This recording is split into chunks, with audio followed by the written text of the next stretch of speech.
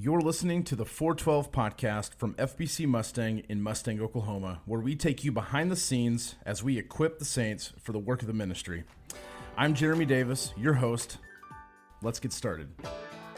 What is it that you're looking forward to the most? Great chance to get to know people better. It is an absolute madhouse. I try to find a place with good salads. So 3 sermons a day. I never did youth ministry, mainly because I'm scared. It feels good up here. We run to the woods thinking, Lord, take my life. I'm done. Often how I prepare my own heart. I'm looking and reading and thinking. We had students in the room, 6th through 12th graders, singing at the top of their lungs the doxology. The engine that is pulling the train should be truth. I like it. I like it too. Okay. Welcome back to the pod. Welcome back, all of our listeners. We're so glad that you're here, and I want to welcome back to the podcast, Dr. Michael Staten. Welcome. Good morning. How are you, sir? I'm great. How are you? I'm good. Good. So today we're going to be talking about Family Matters, which is a big meeting for us as a church that happens a couple times a year. And it's always a good time. There's always good food. There's good things always happening. Marcy, your wife, is always running around like crazy, Yes. working on something. Always. But we're going to talk about that and talk about what the benefit is for our church and why we do it. So let's start with what is kind of the history of Family Matters? How long ago did we start doing Family Matters? That's a good question. I would probably 7 years ago, something like that. Okay. And the history of it's twofold. One is for 4 times a year at least, sometimes 5, but at least 4 times a year we have a business meeting. Yeah. About once a quarter typically is the way that would work. And on those business meetings, we're able to give financial updates if there's something to present to the church or vote to the church for the church to vote on, or just some ministry updates. Yeah. And so a couple of things. One was we want people to be there to hear that. We want people to know what's going on. We want people to have updates, information. But we also wanted to take some time where it wasn't in a hurry, where we were able to do more than just give a report or an update, but we could really celebrate what the Lord is doing. Right. And so what we decided to do, probably 7 years ago or so, a friend of mine at his church did something similar, and he was telling me about how they had a night where they had a meal and gave a bunch of ministry reports. Yeah. And so as we talked about it, we just thought that'd be a good way to kind of combine a couple of our church business meetings and make it more than just a business meeting or business report, but really describe and discuss the entire life of the church. Yeah. So we wanted to do a nice meal to encourage people to come. We wanted to make it during church time when people are used to coming, and we could have things for little ones to be taken care of. And we really wanted it to be a night where we could do multiple things, including giving updates to the church and reports and voting on things if need be. Yeah. But also, more than that, just to be able to say, here's where God has been at work, and here are some things we sense Him doing. So we always have testimonies looking backwards at things that has happened, new ministries that have started, maybe propping up some areas of ministry that people in the church may not know about. Yeah. And then also trying to look forward and to see what's coming up and what's down the line for our church. And so really it was just an effort to get more people involved, more people to hear reports, more people to know the business and the ministry of our church. Yeah.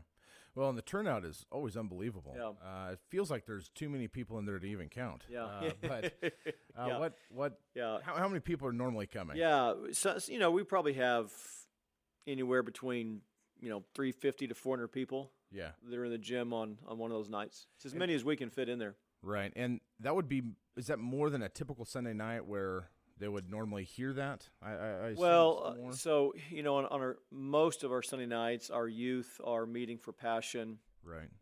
Kids Praise would be meeting during the service. So for most of our church, 18 and under, they're not in evening service. Occasionally the youth come in to lead. Occasionally Kids Praise will come in to sing. But on most nights, they're not in there. And so part of what we wanted to do was do it a night where everyone could be in there. Yeah. So that's probably about we have that many people probably on most Sunday nights. They're just in different areas. Sure.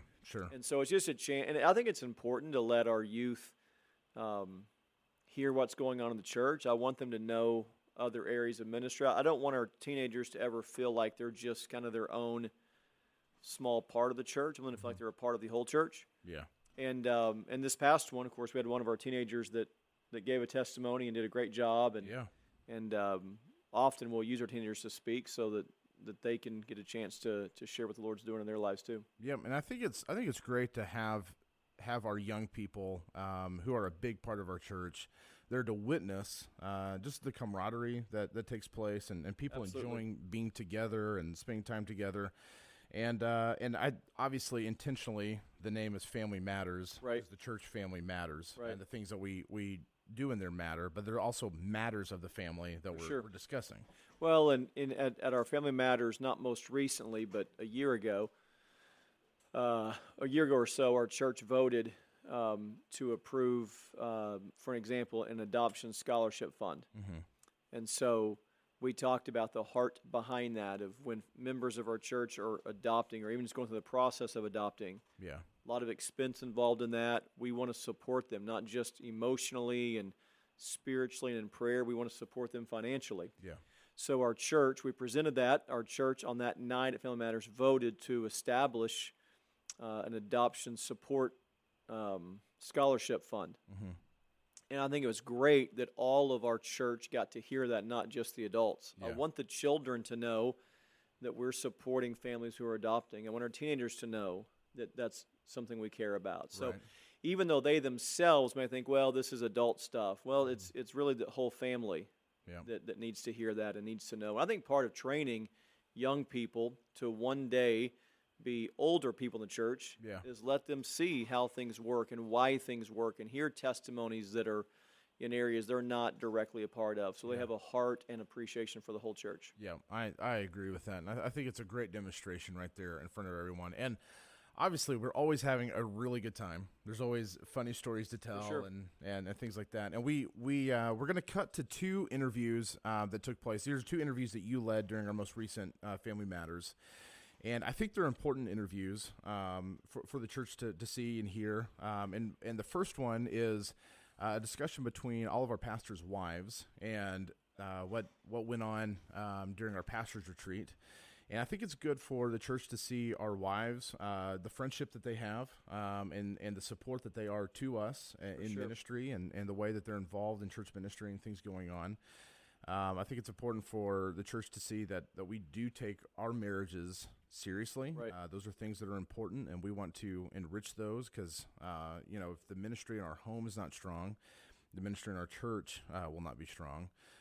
So I think that's an important thing. And then also, we're going to be cutting to a conversation between you and all of our pastors about our recent trip to Shepherd's Conference in California, and that's obviously full of inside jokes and us giving each other a hard time and all of those things. And I think that's a great thing for the church to see and hear, because so often in ministry and in churches, unfortunately, there are situations where pastors don't get along, pastors Sure. aren't having a good time together, and it's a huge blessing to be a part of a team that truly loves being together. Well, and it is a great blessing. And I think people at our church know this. I hope they do, that we all take our ministries extremely seriously, and we should. What we do in preparing to preach and preparing to lead and in preparing to serve our people is something we're doing from the command of the Lord. And so it's got the utmost seriousness and importance.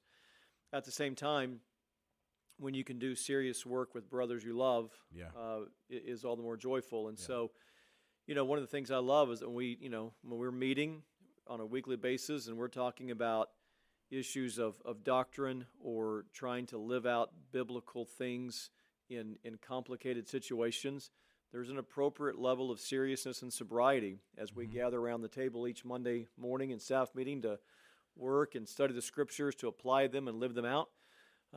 That's important. It's also important, though, that those same men who are serving and leading in that way love each other and have relationships with each other that are far more than simply work-related. Absolutely. and getting out of the office and doing things that are fun with our families, our wives, with just the guys when we go to Shepherd's Conference, just talking, laughing with each other, at each other, whatever it may be. Yeah. It just builds a sense of true brotherhood and true camaraderie. Yeah. That creates something that the church should enjoy, and that is the safety that comes from knowing our shepherds, our leaders, love each other. Mm-hmm. And perhaps people are blessed to think that that's always the way that it is. Yeah. It's not, sadly, but fortunately it is here. And but those things happen on purpose, not by accident. Right. You do things to create space for laughter, and space for relationship building and conversations and team building, those kinds of things. Yeah. And they'll get a sense of that from what they hear. Oh yeah, absolutely. And it does lend to very serious situations. So if you and I have a bad relationship, and I don't respect you or whatever was going on hypothetically, when we do sit down to do some preaching mentor kind of stuff, I'm not going to take your advice as seriously. I'm not going to listen to you, as thoughtfully, because I may be frustrated. But thankfully, that's not the situation. And so when you are speaking, those things to me and helping me, I know that it's coming from a place of you care about me, you want me to be better in my ministry, you're trying to help support me in that, and vice versa for all of our pastors. Yeah, and in the same way, I want my marriage to be strong. I want yours to be strong. Right. I want my relationship with my kids to be strong. I want your relationship with your kids to be strong. Yeah. And part of that is just caring about each other, and caring about other people's families. And if that's not true among our leaders, right, it's not genuine to say that we care about other people's families in the church. Yeah. And so I want us to model what it looks like to work hard. I want us to model what it looks like to care for each other. And I want us to model what it looks like to have friendships that are genuine. Yeah. Not just work friendships, but genuine friendships. Yep. And, we're not going to, when we go to the retreat with our wives, we're not going to pick on our wives like we would each other, because there's a difference when it's the guys. Of course. And there should be. But I want our families to be close. I want our families' lives to be intertwined together. And I want the church to have the comfort and security that comes from knowing our leaders love each other. Yeah. When, you think about if you've got little ones at home, they may or may not be able to fully articulate or understand this, but a child at home knows if things at home are good. They know if mom and dad love each other and care for each other. And they know the opposite. You get a kid that's in a home with lots of fighting and conflict, they feel unsettled. And it's a great gift to give your children, for them to see the evidence that mom and dad love each other. They enjoy spending time together. They care for each other. There's a safety that comes in that family. Yeah. I think that's true in the church. I think the church enjoys and should enjoy the comfort of knowing our leaders love each other. Yes, they love the Lord. Yes, they love the church. They love each other. They're not competing against each other. They're not fighting and jockeying for position amongst themselves. They're just brothers that serve and love each other. And those things happen because you spend time together. Yep, that's absolutely right. All right, well, let's take a moment and let's cut to those interviews. Marcy, how's your husband doing? Good? What's that? Yeah, I think so. Just make sure those are all on. Hello. Marcy, Lacey, Shauna, Chelsea, Aaliyah. Big hand here for these ladies.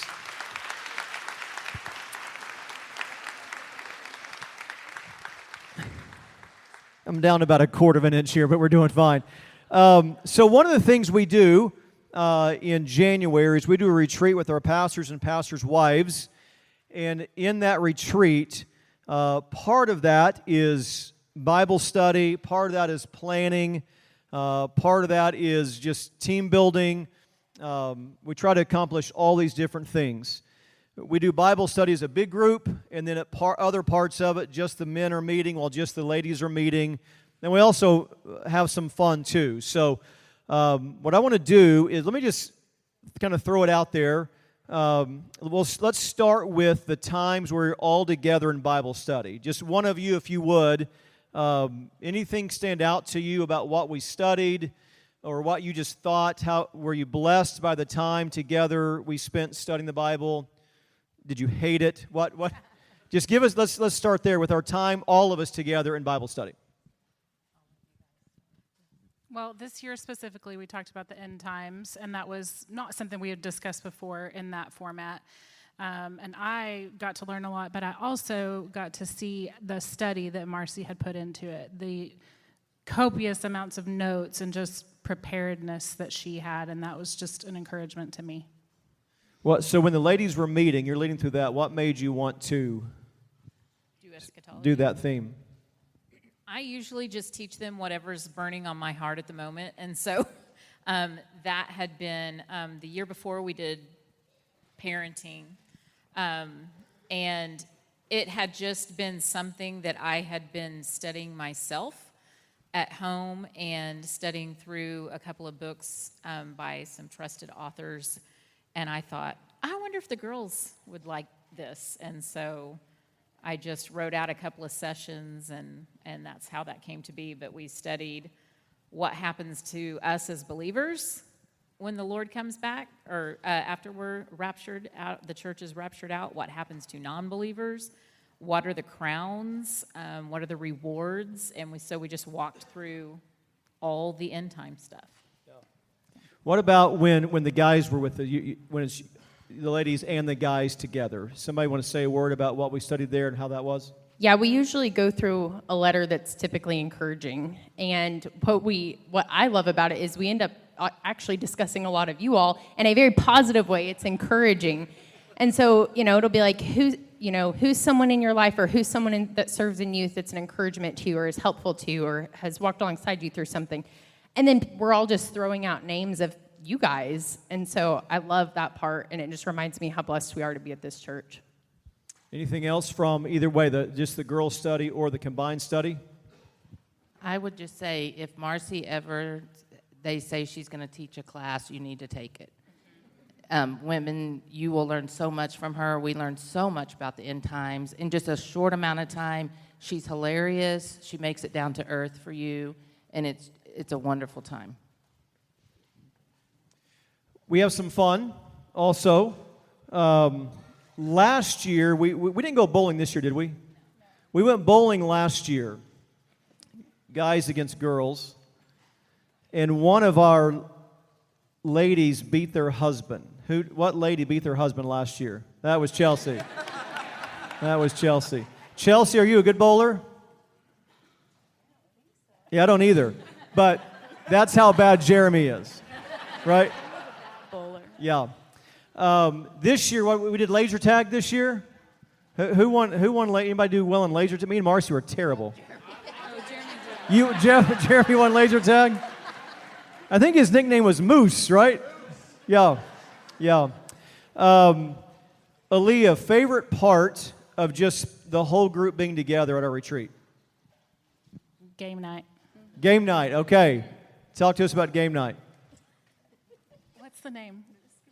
Moose Masters. Moose Masters. We played Moose Masters. That was a new game this year, and it's a lot of rules, and you have to follow all the rules, and you get to make up rules, and we just spend most of the time laughing. Raise your hand if you played Moose Masters. Anybody know what we're talking about? So we're in someone's cabin, and whoever's cabin is gets to pick the game. So we're at the brewer's cabin, so they're in charge of the game. They bring Moose Masters.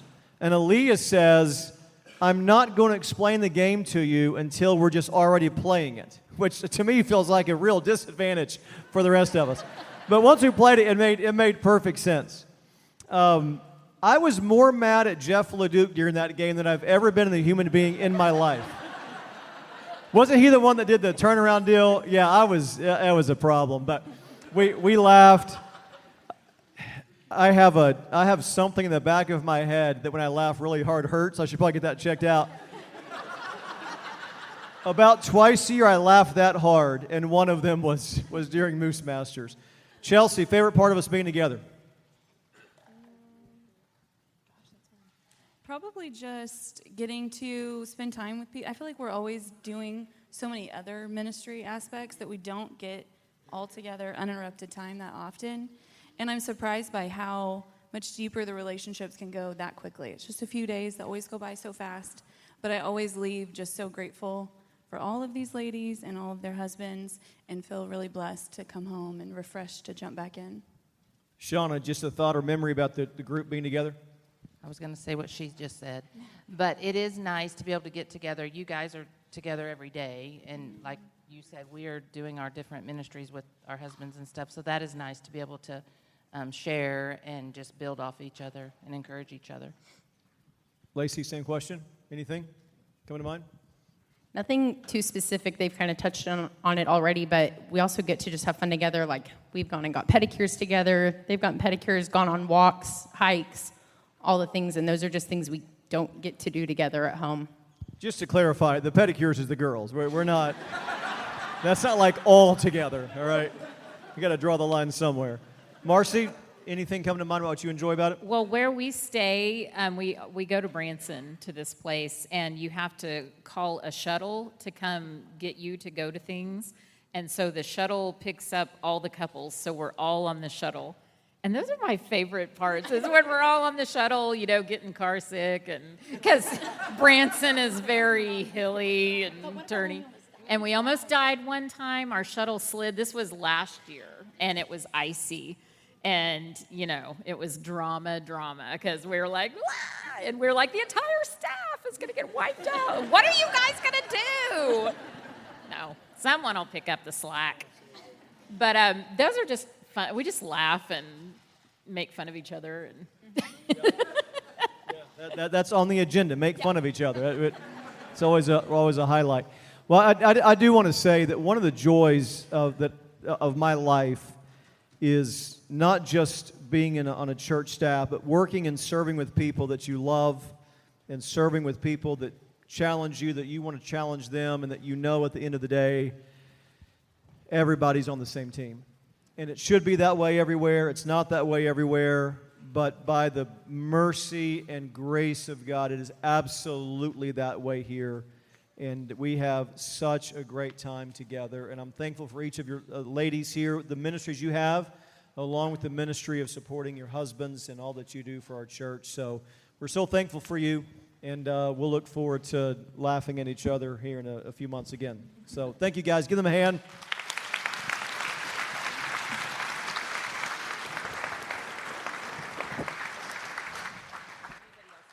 Yeah. All right, it's the fellows' turn. Pastors went to California for Shepherd's Conference. We had all been before, but this was the first year that all of us got to be at the conference together at the same time. So we had the 5 of us plus one of the missionaries that we support got to be with us. So that was an extra blessing. We had 6 of us that were there. Sort of similar at Shepherd's Conference, lots of study, lots of worship, lots of serious times, lots of fun times. We'll just start, Joey, with you and work this way. Just a memory from Shepherd's Conference this year. Probably just spend the time we get to spend together at restaurants after the conference is over. We do get a lot of time together in the office, but not a lot of time just to hang out, so those are always good times. And describe when we're at a restaurant hanging out. What would that? So most likely In-N-Out. This last time we laughed at Jeff pretty hard because he asked a silly question, and it was good. It was good. Let me tell you what. I know this won't sound funny to you guys, but if you were sleep deprived, at midnight, it would.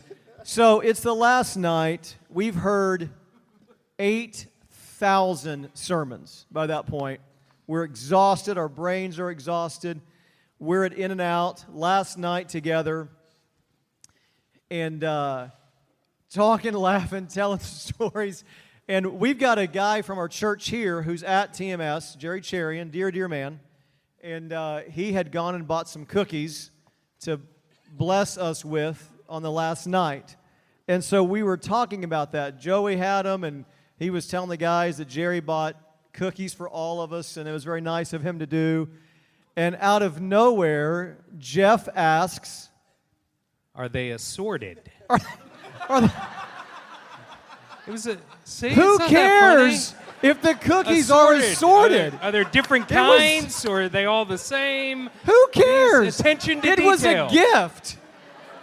Jerry bought us cookies, and Jeff says, "Are they assorted?" Well, the funny part about this is we're trying to figure out if we're going to be able to get these on the plane. What are we going to do with them? And so we were unsure, and apparently the qualifying question in Jeff's mind of what we were going to do with them was whether or not they were assorted or not. So we couldn't make any sense. I've never seen these guys laugh as hard as they did that night, though, especially our pastor. I was concerned he was going to have a heart attack. Oh, it's more of a brain than a heart attack, but it was the dumbest question I've ever heard in my life. Because if I say yes or no, what are you doing with it? Did you want them to be assorted? They were not assorted. We did find that out. I don't even know what that means. It's unbelievable. Have you talked yet? Jeff, it's your turn. I don't know what to say right now. My thought process was we were trying to figure out how we were going to get the cookies home.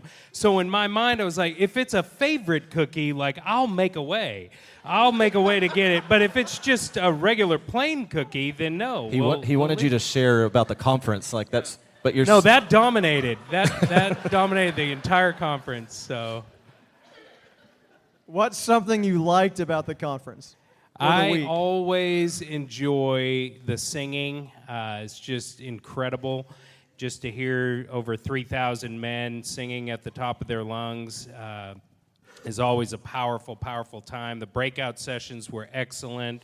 But I will say this year was an added bonus because you had mentioned Nepal earlier, and our missionary partner in Nepal was able to join us, and that was kind of last minute due to some visa issues in Nepal.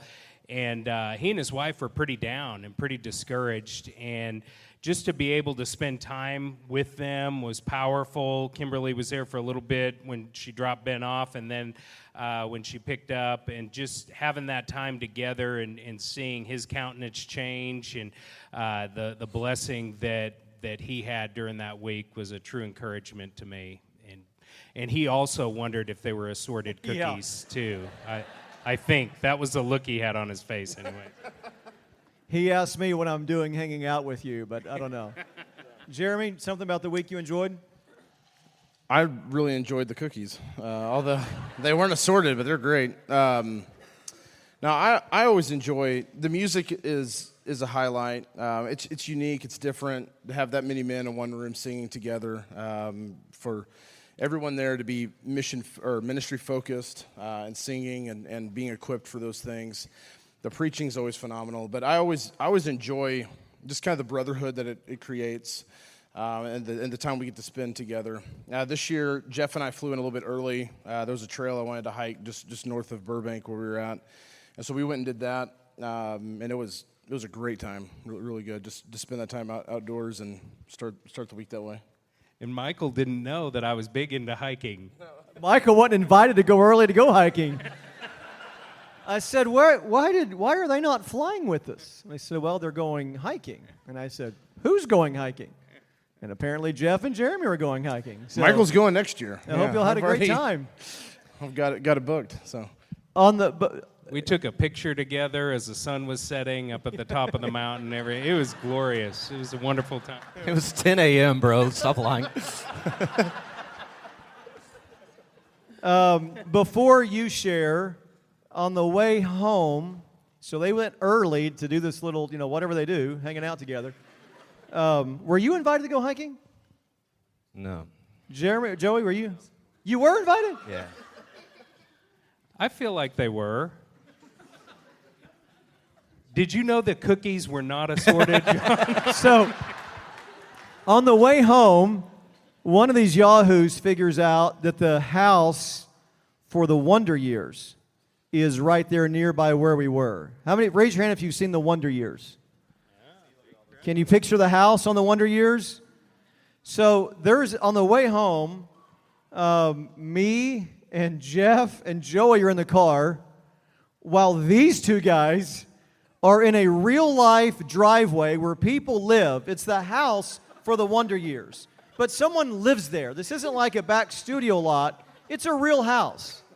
And while real people are in their house on Saturday, they're rolling around on the grass reenacting some scene from the Wonder Years. No, it's if you've ever watched the opening film roll credits and the two brothers are fighting and Wayne has Kevin down on the sidewalk and he's like hitting him. And then the camera, like, they both look up at the camera and they wave, like, pretending like they're... So we reenacted that. He was Wayne and I was Kevin. So we were both rolling around on the ground. He was punching me. Even though you're the older one. Yeah. Yeah.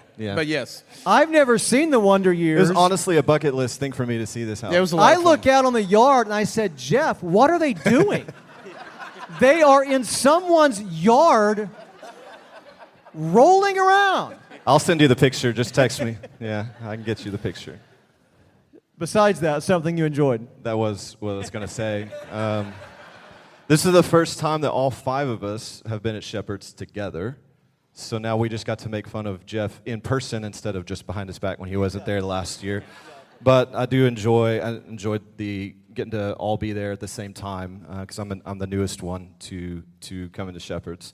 And then Bob Coughlin leads worship, and I love hearing the singing. I love the songs that we sing, but just as a worship leader, I love watching how he navigates that process for all of those men and his transitions, and it's very educational for me and inspiring. So,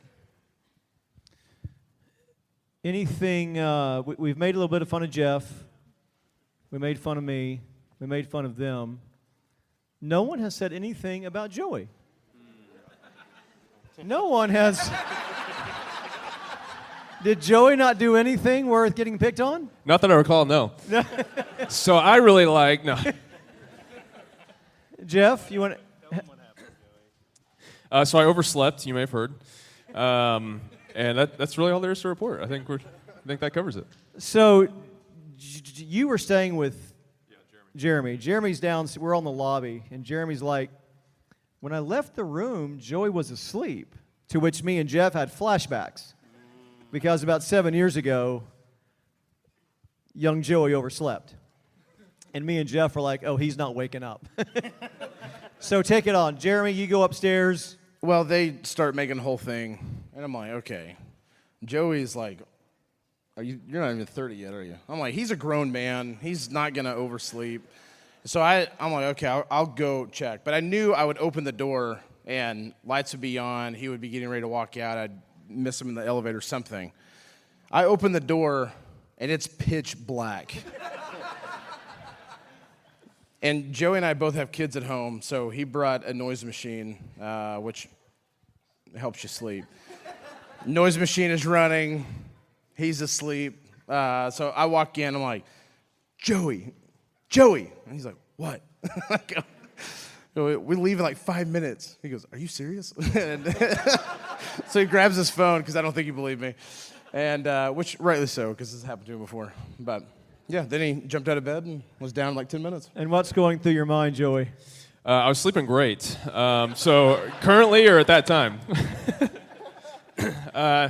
At the time, I was like, okay, what's most important to my morning routine and what can I leave out? So I got ready in like 5 minutes. Didn't brush my teeth. That's what I left out. Sorry, guys. We knew that. But sleep is like one of the things I go to Shepherd's for. You know, I've got the youngest kids. I get uninterrupted sleep. And Psalm 127, he gives to his beloved sleep. So I felt the love of God very deeply on that Wednesday morning. And it was like 6:30, which is like only 8:30 here or something. So the way it usually works, at the end of the night, I'll say, like, what time do y'all want to leave? And it's like, let's leave at 8. Let's leave at 7:45. Let's leave at 7:50. Jeff, let's leave at 5:20 in the morning. That's the way it works. Yeah. And young Joey came downstairs. Now, I say this out of pure jealousy. I would kill. I used to have hair like that. I would kill to have Joey hair. Speak for yourself. Yeah. Calm The most down. impressive thing is he had 5 minutes to get that in line. And he did. He did. And we, as brothers in Christ, just let it go, supported him. yeah, forgive and forget. That's our motto, the Shepherd's Conference. Last thing, anybody don't all have to share, but just any major takeaway. Conference is over. You're back home. Major takeaway of what it meant. I will say that the focus this year was proclaiming Christ to the ends of the earth. And so it was pretty mission-driven. And as Jeff mentioned, our missionary partners from Nepal were there. And it was really neat to be sitting there next to him while they're talking about taking the gospel to the ends of the earth, and knowing that some of what they're talking about and challenging us to do, he's lived and experienced. That was really good. And I would also say, if you get a chance, go listen to Abner Chow's opening message. It was excellent. Yeah, in Abner Chow's opening message, he had talked about why do we proclaim Christ to the ends of the earth, and he had a line that I hope I never forget. But he said, we proclaim Christ to the ends of the earth because we proclaim his name everywhere that he reigns. And so that's why we preach the gospel here in Mustang. That's why we support missionaries in Nepal, is because Christ reigns there and we proclaim his message. I would just add, too, that Michael was a part of one of the breakouts, and we were all on the front row. Were you nervous with that, or did you feel supported? Supported, yeah. You look nervous right now. Well, I'm nervous now. Yeah. But then I felt supported. Yeah. I will say he did a phenomenal job. As you guys know, he represented the Lord in this church and so well, and we were certainly proud. Usually as we walk around Shepherd's Conference and people see Mustang, and they're like, oh, that's a cool name. And then they're like, you're one of Staten's guys. And that's been kind of cool just through the years to have that kind of transpire as you've grown and as influence has grown out there. So that was a highlight for sure. Everyone at Shepherd's talks just like that. They're all from West Texas. I'm going to let it go. I have a great response. I really want to share. Go ahead, John. Michael, Joey, take the mic away from it. Yeah, thank you. Do you know, as you're talking about proclaiming Christ to the nations, for me, it is such a vivid picture for us, even in the moment, because 70 to 80 nations are represented at that conference, and they bring everybody, even overflow people, into the room at the very last night for the very last song set. And you look around and you literally see all of the nations represented there. There are headsets translated into Russian and all these various languages, and you're standing right next to someone who doesn't even speak English. And our final song that we all sang together was Christus Victor, which we've introduced here. We're actually singing it this coming Sunday for Easter. And so having every people, all those people groups in that room declaring the rule and reign of Christ is truly a picture of what we long for as the global body of Christ, and that will ultimately be fulfilled and completed in due time. So it was a great reminder. I love these brothers, so I'm thankful for them. They are people that I would go to spiritual battle with every day of my life until the Lord calls us home. I could not be more grateful or blessed to co-labor with them and to call them friends and brothers and pastors in our church. Our church is very blessed by these four men, and I'm so, so thankful. Would you give them your round of appreciation?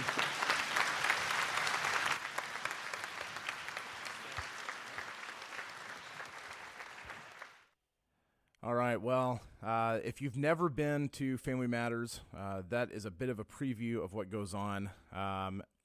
We would love for you to be there. This is obviously something that's open to our members, and there's always a sign-up sheet before Family Matters happens. There'll be a date announced. There'll be a sign-up sheet over in our Ministry Connection. So if you're a member of our church and you've never been to one, you need to sign up the next time that we have one. Come and be a part. Michael, thank you so much for being on the show once again. I'll just say April and October are the 2 times a year we always do Family Matters. Sign-up starts about a month before that. And it usually gets full and complete. So I'm with you. I'd love to encourage people to be excited about it, look forward to it, and sign up as soon as we open it up. Excellent. Well, thank you for your leadership in that and making sure that it happens. And I know Marcy's always running around putting things together. So for Marcy and Mandy, your assistant, who are so important in that process, and all the volunteers who are always here to help serve food and all of that, we're so grateful for that.